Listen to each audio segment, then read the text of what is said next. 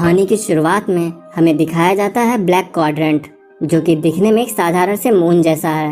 लेकिन यहाँ पर रहने वाले साधारण लोग बिल्कुल भी नहीं हैं, क्योंकि ये बेस है ब्लैक ऑर्डर का, जिन्होंने स्पेस के इस सेक्टर को पिछले एक सोलर ईयर से अपने कब्जे में कर रखा है। और इस जगह के बीचों बीच में एक टावर है, जहाँ से कॉर्वस ग्लेव सब पर नज़र रखता है। कॉर्वस ग्लेव जो कि ब्लैक ऑर्डर का मास्टर है और इस ब्लैक ऑर्डर का लीडर। और अब बुरे से बुरे लोग भी कॉर्वस के आगे झुकते हैं और बदले में वो सख्ती से और फेयरनेस के साथ सब पर रूल करता है। पर ऐसा हमेशा से नहीं था, क्योंकि एक समय ऐसा भी था जब कॉर्वस ग्लेव खुद किसी और के सामने सर झुकाता था और उसे बहुत सारे नामों से जाना जाता था।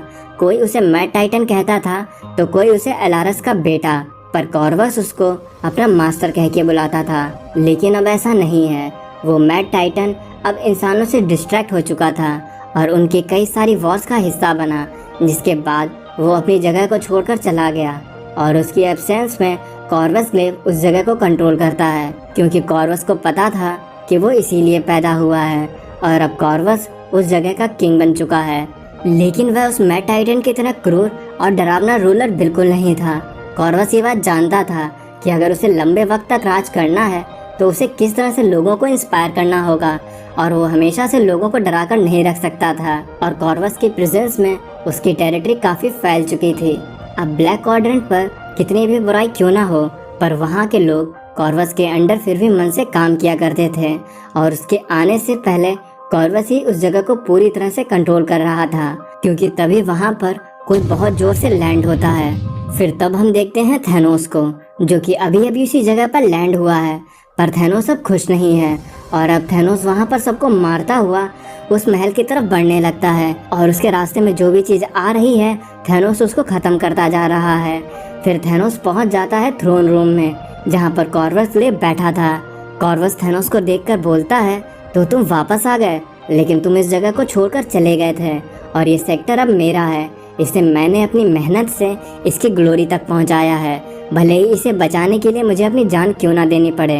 तब थैनोस कॉर्वस की बात सुनकर मुस्कुराता है और कहता है, वो तो तुम्हें देनी ही पड़ेगी। पर तभी सीन शिफ्ट होता है और हमें गैलेक्सी में कहीं दूर पर चैंपियन को दिखाया जाता है, जो अब किसी को हंट कर रहा है। चैंपियन किसी स्पेस टावर में अंदर जाता है और एक वेटर को पकड़कर पूछता है वो कहाँ पर है। तो वो वेटर पूछता है कि तुम किसके बारे में बात कर रहे हो। तो चैंपियन उस वेटर का गला पकड़ के बोलता है, ये बात तुम अच्छे से जानते हो कि मैं किसके बारे में बात कर रहा हूँ। जिसपे वो वेटर चैंपियन को पीछे वाले कमरे में जाने के लिए कहता है, जिसके बाद चैंपियन उस रूम की तरफ जाने लगता है। फिर चैंपियन उस रूम में जाता है जहाँ पर एक आदमी कुछ आपत्तिजनक स्थिति में फीमेल एलियंस के साथ मजे कर रहा होता है। और वो आदमी चैंपियन को देखकर बोलता है कि वो चाहे तो वह भी इस एंजॉयमेंट को ज्वाइन कर सकता है। चैंपियन जवाब देते हुए बोलता है, मैं तुम्हारे इस भद्दे कामों को एंजॉय करने के लिए नहीं आया हूँ।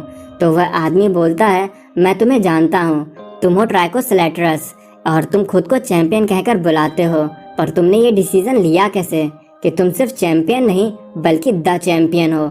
ये टाइटल तुम्हारे नाम से थोड़ा ज़्यादा बड़ा ही नहीं हो गया? तो चैंपियन बोलता है कि तुम भी तो खुद को स्टार फॉक्स कह के बुलाते हो और ये कहाँ से बेहतर है। और वैसे भी मैं यहाँ पर किसी इंटरव्यू के लिए नहीं आया हूँ, मुझे तुम्हें यहाँ से टाइटल पर ले जाने का टास्क मिला है। और अब तुम या तो बात कर सकते हो या लड़ सकते हो या रेडी हो के मेरे साथ खुशी से टाइटन चल सकते हो। चॉइस अब तुम्हारी है। तो स्टार फॉक्स पूछता है, टास्क? तुम्हें ये टास्क आखिर किसने दिया? जिसपे चैंपियन जवाब देता है, तुम्हारे भतीजे ने, थेन। वह तुमसे मिलना चाहता है और अब उसे और इंतजार नहीं कराया जाएगा। फिर हमें दिखाया जाता है ब्लैक क्वाड्रेंट, जहाँ पर कॉर्वस थैनोस का सामना कर रहा है, या कह सकते हैं कि वो अपनी कोशिश कर रहा है, क्योंकि थैनोस के सामने कॉर्वस कुछ भी नहीं है। और तभी थैनोस कॉर्वस को उठाकर पटक देता है। कॉर्वस कहता है, तुमने इस सेक्टर को छोड़ दिया था, मैं तो बस अपने लिए कुछ चाहता हूँ, ये बात तुम समझ सकते हो।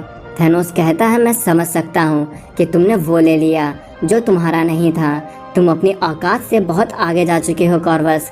और ऐसा कहते हुए थैनोस कॉर्वस का वेपन उठा लेता है। थैनोस के हाथ में अपना ब्लेड देखकर लाचार कॉर्वस बोलता है, ये ब्लेड अगर तुमने तोड़ दी तो मैं मर जाऊंगा। थैनोस मुझ पर थोड़ी दया करो। तो थैनोस कॉर्वस का स्पीयर तोड़ते हुए बोलता है, तुम अब मुझसे भीख मांग रहे हो? अगर तुमने थोड़ी हिम्मत दिखाई होती तो शायद मैं तुम्हें छोड़ भी देता। और वैसे भी एक समय में तुम मेरे वफादार थे, इसलिए मैं तुमको एक चॉइस देता हूँ कि अब तुम्हारी ब्लेड तो टूट चुकी है, जिससे तुम कुछ ही देर में वैसे भी मर जाओगे। तो अब ये डिसीजन तुम्हारा है कि या तो तुम खुद को मार लो, नहीं तो मैं तुमको मार दूंगा। और मुझसे तुम किसी भी तरह की दया की उम्मीद बिल्कुल मत करना। और अब कॉर्वस जानता था कि उसे क्या करना है, क्योंकि वह सालों से थैनोस के साथ वफादार बनकर रह चुका था और वो ये बात अच्छे से जानता है कि थैनोस जो कहता है वैसा ही करता है। इसलिए वो अपने टूटे हुए ब्लेड का एक टुकड़ा उठाता है और खुद को मार लेता है, क्योंकि अगर उसे थैनोस मारता तो उसकी मौत बहुत ही दर्दनाक होती। कॉर्वस के मरने के बाद थैनोस अपने थ्रोन पर बैठ जाता है, लेकिन अभी भी सब कुछ सही नहीं है, क्योंकि थैनोस के आ जाने की वजह से वहाँ से काफ़ी दूर एक चैन रिएक्शन शुरू हो गई है, जिससे अब काफ़ी इवेंट्स स्टार्ट होने वाले हैं, क्योंकि वहाँ से बहुत दूर गैलेक्सी के कुछ डिस्ट्रॉयर अब साथ में आ रहे हैं और वो अपने कुछ प्लान्स बना रहे हैं। फिर हम देखते हैं स्टार फॉक्स और चैंपियन को। स्टार फॉक्स चैंपियन के शिप को देख के बोलता है, तुम चाहते हो मैं इस गंदे से प्लेन में तुम्हारे साथ चलूं? मैं इरोस हूँ, टाइटन के मेंटोर का बेटा, और इस नाते मैं एक प्रिंस हूँ और मैं इस बेकार से शिप पर तुम्हारे साथ नहीं जाऊंगा। और गाइस, आप इसे जान ही गए होंगे कि यह है एरोस, जिसे आपने थैनोस राइजिंग और थैनोस कॉन्फ्लिक्ट स्टोरी में देख चुके हैं, और ये थैनोस का भाई है। चैंपियन इरोस की बात सुनकर बोलता है, दिखावा बंद करो। माना कि तुम एक प्रिंस हो, लेकिन तुम्हें इसी शिप में मेरे साथ चलना होगा, क्योंकि तुम अपने छलावे से लोगों को तो बेवकूफ़ बना सकते हो पर मुझे नहीं। इसलिए तुम्हारे लिए बेहतर यही होगा कि तुम मेरे साथ चुपचाप चलने के लिए रेडी हो जाओ। तो इरोस कहता है, ट्राइकोसेलेट्रस, मैं तुम्हें बिल्कुल भी पसंद नहीं करता हूँ। चैंपियन कहता है, मेरे भी थॉट्स तुमको लेकर यही हैं। तो इरोस चैंपियन से कहता है, मैं तुम्हारे साथ आखिर क्यों जाऊँ? मुझे कोई फ़र्क नहीं पड़ता है कि थेन मुझसे क्या चाहता है। तो चैंपियन कहता है, फ़र्क तो मुझे भी नहीं पड़ता है कि वो तुमसे क्या चाहता है। तब इरोस पूछता है, तो तुम उसके लिए काम ही क्यों कर रहे हो? जिसपे चैंपियन बताता है, इरोस तुम नहीं जानते हो कि मैं बहुत समय से जिंदा हूँ, बहुत ही लंबे समय से। अब चाहे तुम इस बात का मजाक उड़ा लो, पर ये सच है। मैं कई सेंचुरीज से इस यूनिवर्स में ट्रैवल कर रहा हूँ और मैं लोगों को चैलेंज कर रहा हूँ, और मैं ऐसा इसलिए करता हूँ क्योंकि मैं ऐसा कर सकता हूँ। और अब मुझे तुम्हारे भतीजे ने अब तक का सबसे बड़ा चैलेंज ऑफर किया है, क्योंकि उसको ऐसा लगता है कि तुम उसके मिशन में काम के साबित हो सकते हो। तो अभी इरोस शिप में आते हुए पूछता है, तो मुझे बताओ कि मेरा भतीजे ने तुम्हें किस तरह का चैलेंज ऑफर किया है। तो चैंपियन इरोस से कहता है, क्या नहीं, ये पूछो कि कौन है। तुमने सुना नहीं, तुम्हारा भाई अब वापस आ चुका है और अब हम थैनोस को मारने वाले हैं। जिसे सुनकर इरोस चौंक जाता है, लेकिन तभी सीन शिफ्ट होता है और हम देखते हैं बर्बाद हो चुका टाइटन प्लेनेट। और अब भले ही इरोस ट्राइको की बात सुनकर चौंक गया हो, लेकिन हम इस बात से बिल्कुल भी इनकार नहीं कर सकते हैं कि डेथ और थैनोस एक दूसरे के लिए बिल्कुल भी स्ट्रेंज नहीं है।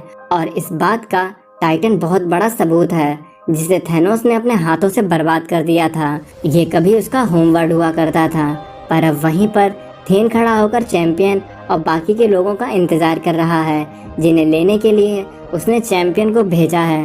पर थेन यहाँ पर अकेला इंतजार नहीं कर रहा है, क्योंकि उसे अब डेथ ने ढूंढ लिया है और अब लेडी डेथ खुद थेन की तरफ बढ़ रही है, जिसे देखकर थेन उससे कहता है कि मुझे पता ही नहीं चला कि तुम भी यहाँ पर आ गई हो।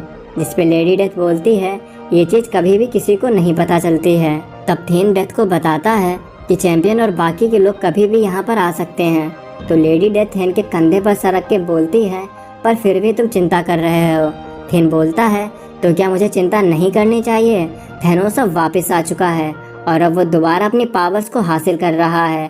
तो इस पे डेथ उससे कहती है, ट्राइको, इरोस और जो भी हमने प्लानिंग की है उसे देख के फिर भी तुम्हें ऐसा क्यों लग रहा है कि तुम अपने फादर का सामना नहीं कर पाओगे? तो थेन डेथ से कहता है, मैं उतना पावरफुल नहीं रहा जितना पहले कभी हुआ करता था, और मेरे फादर वो थैनोस हैं, वो प्रैक्टिकली एक गॉड हैं। जिस पे डेथ उससे कहती है, तुम बहुत ज़्यादा चिंता करते हो थेन। जब काफ़ी महीनों पहले मैंने तुम्हें ढूंढा था तो मैंने तभी कह दिया था कि मैं सब कुछ संभाल लूँगी। क्या तुम्हें मुझ पर ज़रा सा भी भरोसा नहीं है क्या? तो इस पे थेन कहता है, नहीं। तो डेथ उससे कहती है, अच्छा चलो ये ठीक भी है, पर तुम्हारा भरोसा जीतने के लिए मैं तुम्हें एक राज की बात बताती हूँ, क्योंकि मुझे कुछ ऐसा पता है जिसे यूनिवर्स में कोई भी नहीं जानता है, क्योंकि मुझे कुछ ऐसा पता है जिसे जानकर सब कुछ बदल जाएगा। तो थेन उससे पूछता है तो फिर मुझे वो सीक्रेट बताओ।